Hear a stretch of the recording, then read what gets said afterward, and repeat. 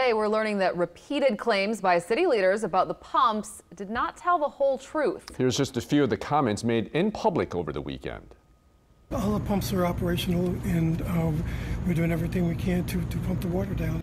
All 24 Sewage and Water Board drainage pumping stations were operational and active throughout the event yesterday. All the stations will be manned and operational.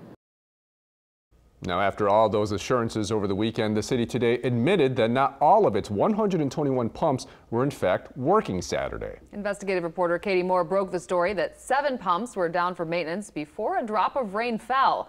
The city says those few pumps would not have made a difference. But as Katie reports, this is not the first time pumps stood idle while a thunderstorm sent floodwaters into neighborhoods. If a little rain can do this, a hurricane will wipe us right out of here. A double whammy delivered by Mother Nature in downpours 2 weeks apart. Mid-City and Lakeview streets filled up fast, with more than 5 inches of rain in July and as much as 9 inches of rain last Saturday. The Sewage and Water Board says the pumps can't get that much water out fast enough. But those pumps were on the entire time.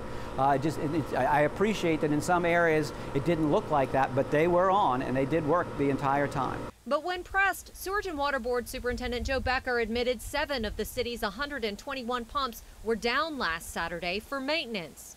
We don't take all the pumps out at the same time to do preventive maintenance. We're very selective about how we do that. When you have 9.4 inches of rain over a 3-hour period, there's nothing that we could do. If we instead of, if all 121 pumps would have worked, we'd have been in this situation. Becker and the Sewage and Water Board wouldn't provide specifics about which pumps were out of service Saturday, but records do provide more detail about the July flood. These pump logs from the July storm, obtained through a public records request by FixThePumps.org blogger Matt McBride, showed during the July flood, one of the 3 major pumps in Station 7, which serves Mid-City and Lakeview, was out for maintenance. Should that maintenance be being done during hurricane season?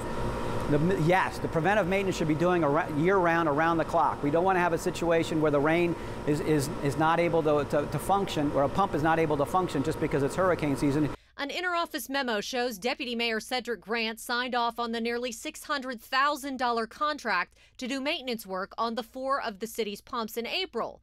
That work was supposed to be completed in 90 days, but the logs showed those pumps were still out of service July 22nd. I did a public records request for the logs from Saturday's storm.